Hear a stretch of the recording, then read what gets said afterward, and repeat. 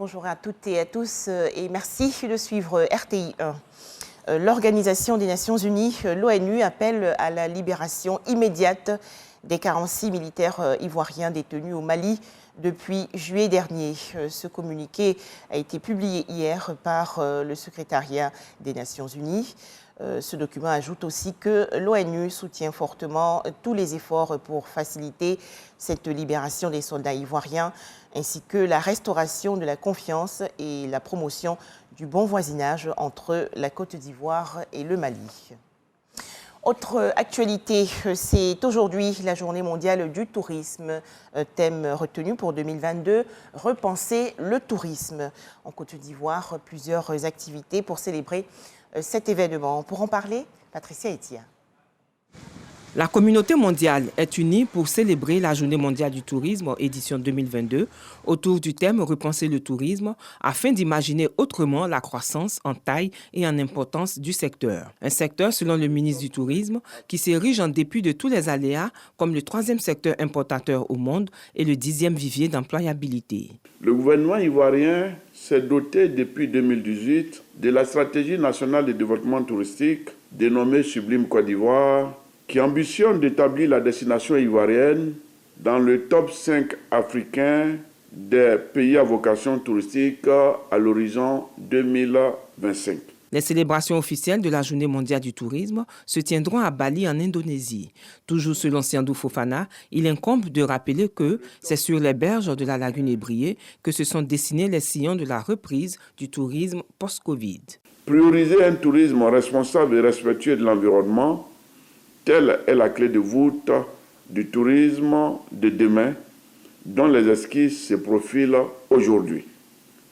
Ce tourisme à penser, pour être repensé, est gravé à maints égards dans notre aquaba, dans notre art culinaire et à tout point de vue, un atout à labelliser.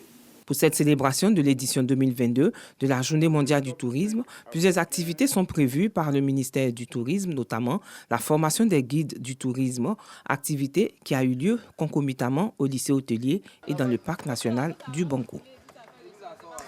Toujours en Côte d'Ivoire, le lancement il y a quelques jours de la 7e édition de la Journée internationale de la traduction et de l'interprétation.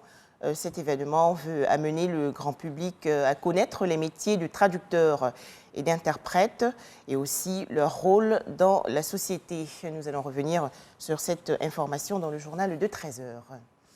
À présent, l'actualité hors de chez nous.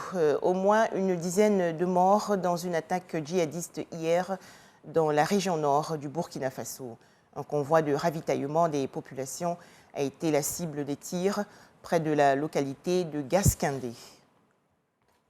Direction le Japon, où les populations se recueillent aujourd'hui à Tokyo, la capitale, jour des funérailles nationales de l'ancien Premier ministre assassiné Shinzo Abe. Cérémonie en présence de nombreux dignitaires étrangers. À noter que ces obsèques au coût élevé ont été boycottées par l'opposition japonaise, des funérailles qui coûteraient plus de 12 millions d'euros. Enfin, sachez que le président russe Vladimir Poutine a accordé hier la nationalité russe au lanceur d'alerte et ancien employé de la NASA américaine Edward Snowden, réfugié en Russie depuis 2013. Edward Snowden est toujours recherché par les États-Unis pour avoir transmis à la presse des dizaines de milliers de documents de l'Agence nationale de sécurité américaine prouvant l'ampleur de la surveillance électronique exercée par les autorités américaines. Voilà, merci de nous avoir suivis à 13h le journal de RTI 1.